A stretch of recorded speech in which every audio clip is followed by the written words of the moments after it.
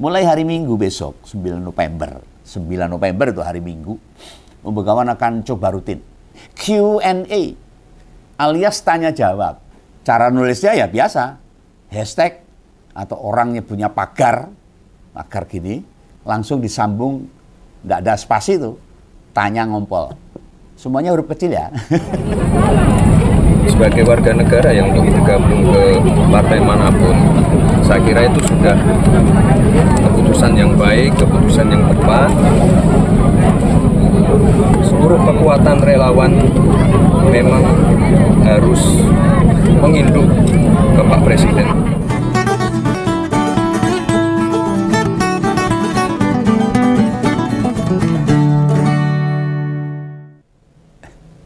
Ketemu lagi dengan Om Begawan. Tetap sehat ya. Nah, kemarin ada satu peristiwa yang beneran Om Begawan itu tunggu dari dua elit politik nih. Tentang bergabungnya Budiari ke Gerindra. Serta Projo yang mau dukung pemerintah. Lu pasti ngompol sudah ngerti no. Elit itu siapa? Yaitu Gibran sama Pak Jokowi. Kenapa pernyataan mereka menarik kita nantikan? Ya karena hubungannya sama dia. Kalau Projo itu kan hubungannya sama Gibran sama Jokowi. Ya kan semua tahu, sejak sebelum 2014, Projo itu genah relawan yang setia, patuh dan sendiko dawuh pada ndoronya, yaitu Jokowi. Sampai logonya, siluetnya itu gambarnya Jokowi. Ya pasti namanya Projo ya Pro Jokowi. Gak usah dibantah sama Budiari itu. Namun di penghujung tahun ini mereka tiba-tiba berbalik arah, meninggalkan tuanya di saat junjungannya itu posisi politiknya sedang butuh dukungan, sedang ngelumbruk kaya kumbahan. Lu kebetulan yang sudah merespon itu Gibran duluan. Ya kita bahas dulu yang pernyataan Wapres ini, apa yang disampaikannya. Tadi sudah menyimak kan apa kata-kata kalimat yang diucapkan sama Gibran. Dalam sudut pandang Om Begawan, pernyataan itu mengandung sebuah kondisi mental, tekanan, beban yang tidak ringan, serta ada kebingungan atas apa yang terjadi saat ini. Tentang balik kanannya Projo. Dari pasang badan ke Jokowi Gibran sekarang mendukung Gerindra dan Pak Prabowo. Ada dua poin utama dalam pernyataan Gibran ini. Pertama, dia bilang setiap warga negara punya hak buat bergabung ke partai manapun. Iya ini. Nah kemudian yang kedua, seluruh kekuatan relawan harus menginduk ke Pak Presiden, memastikan visi misi program-program pemerintah berjalan dengan baik. Wah, ini piye ini, ampun bener ini. Ini kelasnya wakil presiden loh, bukan kelas ketua OSIS atau ketua himpunan pedagang pasar. Lo merespon sebuah peristiwa politik kok koyo ngono tok, enteng gitu. Sorry loh, ini Om Begawan bukan mau merendahkan pandangan Gibran, bukan. Dia seorang wakil presiden, tenan ini. Orang bebas beropini, silahkan berargumentasi. Bahkan berbeda sudut pandang, enggak masalah. Wong namanya juga alam demokrasi. Neng mbok yao, gitu loh. Mbok yao, Gibran itu kan wakil presiden. Kalau kayak Begawan tuh ora masalah. Itu loh orang dekatnya, para staf ahlinya, sering-seringlah ajak diskusi. Wapres itu biar kapasitasnya muda itu loh. Lah piye, Gibran sendiri budayanya udah nggak mau baca, nggak ada budaya baca. Mau menaikkan pintere piye nek ngono ngene. Lho cara berkomentar memperlihatkan bagaimana pola pikirnya. Aja mau rego barang emas karo kuwathok wae sing terus naik gitu. Kalau kapasitas generasi muda di bidang politik, stoknya ya kayak gini-gini ya burem tata pemerintahan kita ini. Apalagi anak muda yang menjabat di pemerintahan, remuk. Apa coba yang mau diharapkan? Dari orang terpenting kedua di Indonesia, ngomong politik kok pating klenyit. Gini loh, gini. Bagi haters ngompol, timbang kalian pada panas hati, panas kuping, skip aja lah tayangan ini. Nggak usah didengerin sampai akhir. Tinimbang kalian kok emosi, ngamuk-ngamuk, miso-miso, kunek-kunek begawan, terus HP-mu mbok banteng lah, mana ya mana. Ya ini kalau pembegawan tertawa itu bukan merendahkan, tetapi ya lucu aja. Bagi yang pengen belajar analisis politik, bedah semiotika kalimat atau pernyataan, dengarkan nih baik-baik ini. Kita buka satu persatu. Apa yang sudah diucapkan Gibran tadi yang pertama? Dia itu berkata tentang hak semua warga negara mau bergabung ke partai manapun, itu haknya itu. Titik krusialnya di kalimat ini adalah soal hak politik. Loh, kira-kira ngompor semua ngerti kayak ginian? Baru dengar dari Wapres atau sudah lama tahu? Yang kayak gini pernyataan kayak gini. Kan itu kalimat yang sudah sejak dahulu dipahami seluruh rakyat kita. Di alam demokrasi ini sejak PKI dibubarkan, orang dewasa sudah 17 tahun atau pernah menikah boleh dan bebas memilih partai politik dan boleh nyoblos. Yang udah menikah kurang dari 17 boleh gitu. Ojo neh milih mendirikan partai politik saja itu kok. Bukan barang baru itu. Barang lama. Pernyataan lama. Dan tidak Gibran saja yang bilang perkara hak itu. Loh, haters ngompol bisa terus nyaut gini mesti ini. Kira-kira. Lho nek ngono salahe nang endi omongane Gibran Pak Begawan, ya jomong nyinyir tok. Nah iki. Ini bukan persoalan salah dan benar, melainkan omongan dia itu pengetahuan yang sudah ada dalam kepala warga negara. Coba kalimat lain yang itu benar. Tetapi kalau disampaikan pejabat setingkat Wapres, orang nomor 2 di Indonesia, itu jadi hati kita pasti ngomong. Lho kaya ngono diomongke lho. Ya ora menarik. Itu wis biasa. Wong ki nek bar madang ya wareg itu kan biasa itu. Bar ngombe ngelak ilang. Ya seperti tadi. Semua warga negara bebas memilih partai politik mana saja, itu standar. Loh misalnya gini loh, pas jelang Ramadan, Gibran kebetulan punya acara di sebuah komunitas masyarakat heterogen misalnya, dengan latar agama beragam. Dalam sambutannya dia mau ngomong begini, ini misal ini, tolong ya Bapak Ibu, ini mau puasa, sebentar lagi bulan Ramadan, yang muslim itu berarti wajib puasa. Ada yang salah? Ya enggak ada. Tapi adakah orang muslim baru tahu kewajiban puasa itu? Dari omongan Gibran itu kan enggak ada kan? Kenapa begitu? Itu harus jadi pengetahuan umum, jadinya malah lucu. Kalau pas puasa itu delek yang muslim wajib puasa. Yo kuwi wis rasa diomongke, wis genah itu. Memang enggak bisa ngasih pidato ngebahas yang lain yang belum diketahui banyak orang.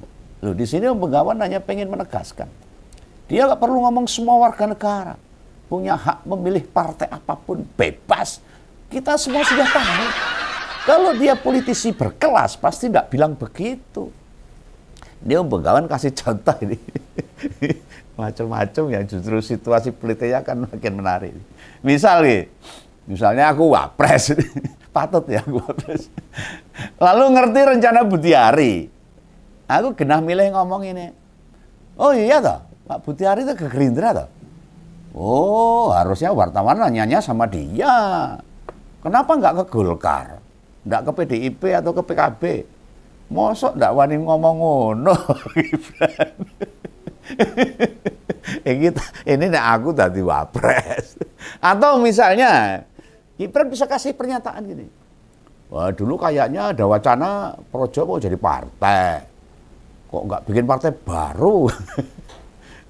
Bisa juga malah nantang dan bikin penasaran, sampaikan saja itu. Justru saya penasaran ini. Dengan Pak Budiari kok nggak berani masuk PSI ya? Kan lebih intelek naik ngono kuwi.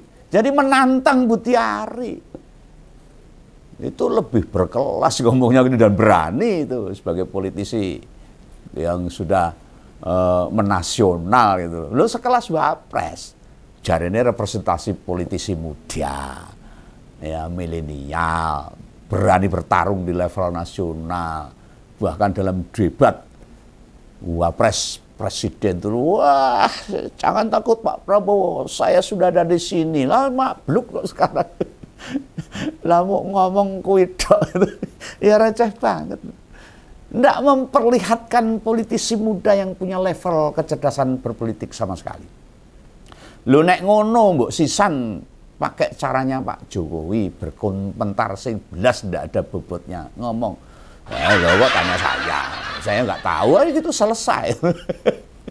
Piye? Ya yang modelan begini yang gawe kualitas perpolitikan tanah air ini tidak maju-maju ya kayak begini ini. Yang maju-maju, yang cerdas justru diserang kanan kiri, muka belakang, atas bawah. Loh kalau politisi-politisi beruang, berpengaruh, punya jaringan yang ada di panggung politik utama nasional, rakyat tidak dapat apa-apa, tidak dapat kepedulian, tidak entuk perhatian, apalagi memperoleh perhatian. Wes toh, mesti do paham mengapa omongan Gibran yang pertama itu tidak salah. Tetapi sisi kualitasnya, istilahnya bobot omongannya iki kaya kapas. Sebel mabur. Tidak ada bobotnya. Tidak ada bobotnya sama sekali. Bagai tong kosong berbunyi grumbiang. Ini aku ora ngece loh. Ini biar jadi kritikan. Seorang pemimpin yang harus berbobot, harus menjadi contoh. Yang dia sampaikan tidak menimbulkan diskursus baru kok. Perdebatan intelek belas raono itu. Memunculkan diskusi yang mencerdaskan ya rene. Sekarang kita coba bedah. Pernyataan yang kedua, tadi yang pertama, sesuatu yang standar, orang bobot belas. Dan tadi Gibran bilang, seluruh kekuatan relawan memang harus menginduk ke Pak Presiden buat memastikan visi misi program-program pemerintah berjalan dengan baik. Ini pandangan politik yang sak kecekele ngomongnya. Sak entuke anggere ngomong yang cacat dalam aspek pengetahuan politik kayak gini. Sopo sih mengharuskan relawan untuk ada di bawah presiden dan mengikuti visi misi presiden. Kekuatan relawan harus menginduk ke presiden tuh. Urusannya apa itu? Apa Gibran bisa ngasih dasar atau teori-teori kerelawanan atau konsep relawan dan kekuasaan yang intinya relawan mesti dukung kekuasaan? Ini coba bila ada. Yo rene. Kita lihat kata relawan itu, rela itu ikhlas. Bukan itu ya orangnya itu. Seseorang yang rela untuk membantu, rela untuk mendukung. Lah kok kon nginduk, emoh. Yang intinya relawan mesti dukung kekuasaan itu loh. Ini coba bila ada, tolong perlihatkan. Tak jamin dia ndak ada dasar bicara begitu. Ini ngomong sak kecekele kelihatannya. Dalam negara demokrasi, relawan bergabung ke yang menang atau setia sama yang kalah, itu hak juga. Hak juga. Tadi kan sudah saya katakan, relawan itu ikhlas, orang yang ikhlas. Rela itu ikhlas, wan itu seseorang. Orang yang ikhlas. Mau dukung yang kalah, mau dukung yang menang, ora masalah. Bukan menginduk. Kenyataannya juga mendukung kok, mendorong. Ya tak? Memang kalau ada relawan Pak Anies, relawan Pak Ganjar, dan mereka tetap setia mengkritik Prabowo, itu salahnya di mana? Nah, itu nggak nginduk presiden loh. Dia malah kritik presiden. Apa sebuah organ relawan wajib bubar andai kandidat yang mereka dukung kalah di pemilihan? Siapa yang ngelarang? Kira-kira Gibran bisa nunjukin nggak bantahan yang logis ini atas yang Begawan sampaikan ini? Hah? Ayo ngomong gue ya mbok nganggo waton. Aja waton ngomong lho. Mikir sih lagi ngomong, aja ngomong lagi mikir. Cilaka. Pada saat Pilpres 2024 ketika masa jabatan Jokowi habis, Yang bertarung di kontestasi itu kan capres baru semua, tidak ada incumbent-nya. Pertanyaan Begawan, tadi disebut Gibran, bila relawan harus menginduk ke Pak Presiden. Berarti 3 capres kemarin tidak boleh didukung relawan, no? Ora.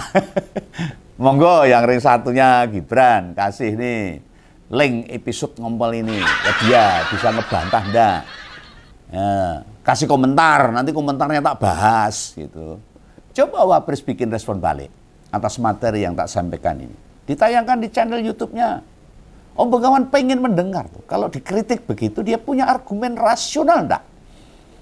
Yang walaupun Om Begawan ngerti, andai pun punya, itu naskahnya digarap sama staf ahli Wapres. Tapi enggak masalah, enggak masalah. Justru bila direspon, ini membangun sebuah kebiasaan baru, berdebat tentang sikap soal pilihan politik agar kualitas kehidupan politik kita makin membaik. Ora kaya kapas, sebul mabur rendeng banget. Lu penguasa itu, Bos, bila dikritik ya tanggapannya balik. Jangan didiamkan saja. Apalagi memenjarakan yang kritik. Wow. Oh ya, ini mumpung aku ingat ini. Tolong buat petinggi negeri ini. Bebaskan segera kawan-kawan Botok dan kawan-kawan Teguh, 2 aktivis yang di Kabupaten Pati ini, yang meminta Sudewo, Bupati, turun dari jabatan. Hasil paripurna DPR di Pati memutuskan batal mengimpeach. Sebab hanya PDIP yang mendesak. Artinya lainnya jebol masuk angin. Kalau Botok, Mas Botok di penjara, ini PDIP ini harus tanggung jawab ini. Karena dia kan menolak. Dia kok menolak? PDIP yang menyetujui Sadewo harus diturunkan. Lah kok masih di penjara malah Mas Botok sama Mas Teguh. Ini PDIP harus tanggung jawab ini. Ayo PDIP Pati tanggung jawab. Sayangnya 2 aktivis tadi lalu diproses. Gitu. Dengan ini Om Begawan nyatakan dengan tegas, bebaskan kawan Botok dan Teguh.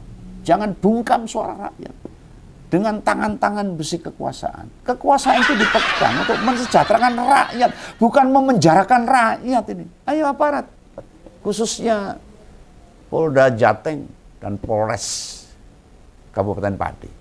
Oke, tak lanjut nih tentang 2 pernyataan Gibran tadi. Berani enggak Gibran nerima tantangan dari rakyatnya? Enggak usah berdebat langsung lah. Pasti nanti alasannya soal waktu. Atau enggak sempat, enggak ada waktu. Agendanya banyak, paling alasannya. Silahkan bikin konten. Tayangkan di channel pribadi Gibran buat merespon ngompol episode ini. Nah, balik ke poin kedua. Selain semua relawan harus menginduk ke Pak Presiden, Gibran juga bilang memastikan visi misi maupun program-program berjalan dengan baik. Ini yang mau tak sorot ini. Memang kalau relawan jadi pengkritik, yang memonitoring implementasi program, malah mengawasi program pemerintah secara ketat, apa tidak boleh? Cara memastikan itu kan tidak harus ikut di dalamnya. Berada di luar juga bisa memastikan juga, toh. Kata harus menginduk itu bisikan dari mana ini? Jujur aja ini, siapa yang bisikin ini?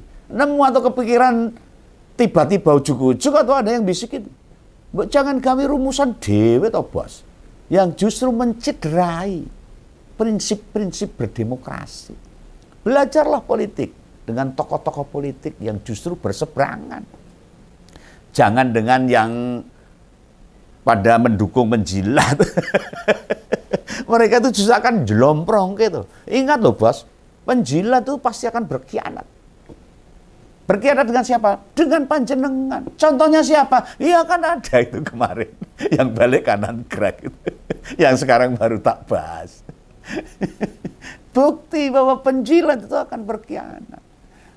Nah, dengan ini, nek pengen tambah pinter. Karena dengan begitu, materi dalam kepala akan lebih matang.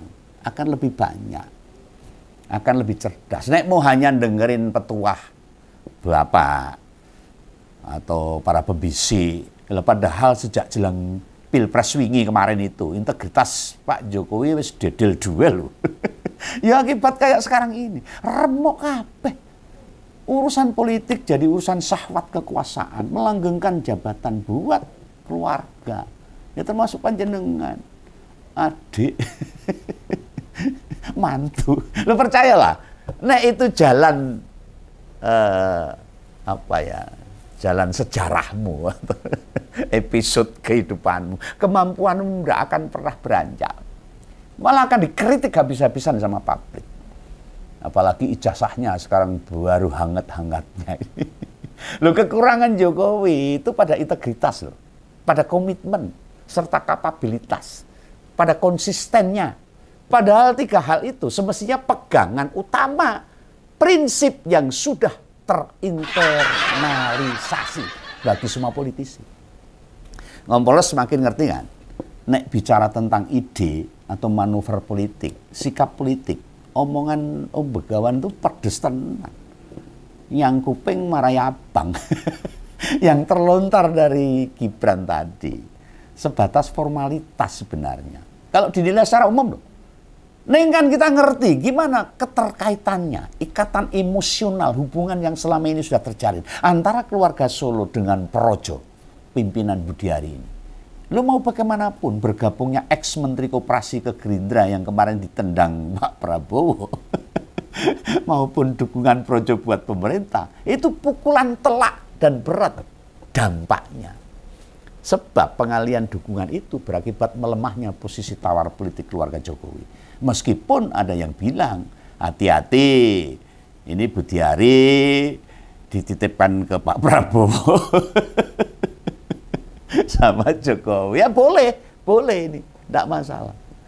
Ada pendapat lain boleh. Kalau Begawan bicara lain, istilahnya Pak Budiari itu transformasi politik. Macam logo diganti itu, nama Projo tidak anonim dengan Pro Jokowi loh. Lalu penegasannya, kerja-kerja relawan buat mensukseskan program pemerintah. Tak ada nama Jokowi, apalagi Gibran dalam beberapa pernyataan Budiari. Nama Jokowi itu berulang kali ditegaskan hanya sebagai sejarah pendirian organ relawan Projo itu saja. Sosok Jokowi ini tak simpulkan sebatas masa lalu buat Projo, buat Budiari dan kawan-kawan. Artinya mereka meninggalkan tuannya. Wes ngono wae, ora usah aneh-aneh. Dan itu adalah hukum alam. Jika penjilat itu adalah pengkhianat dan terbukti saat ini. Oh ya, mulai hari Minggu besok, 9 November. 9 November itu hari Minggu, Om Begawan akan coba rutin bikin episode khusus bernama Q&A alias tanya jawab. Ya toh? Ini ingat ini dengan ngompol semua. Episode khusus itu akan muncul tiap minggu. Om Begawan akan menjawab pertanyaan Ngompolres yang ada di komentar. Silahkan bikin pertanyaan. Waktu Ngompol tayang tiap Senin sampai Jumat, nanti jawabannya bisa ditunggu pas Ngompol tayang hari Minggu. Ini pesan saya ya. Lu pertanyaannya bisa apapun lah. Yang pasti tentang politik, jangan masalah harga lombok berambang bawang di pasar. Nanti Ngompolres yang akan tanya. Ngompolres panjenengan yang tanya akan Om Begawan bacakan. Baru tak jelaskan jawabannya menurut Om Begawan. Nah, supaya gampang memilah pertanyaan yang khusus ditayangkan buat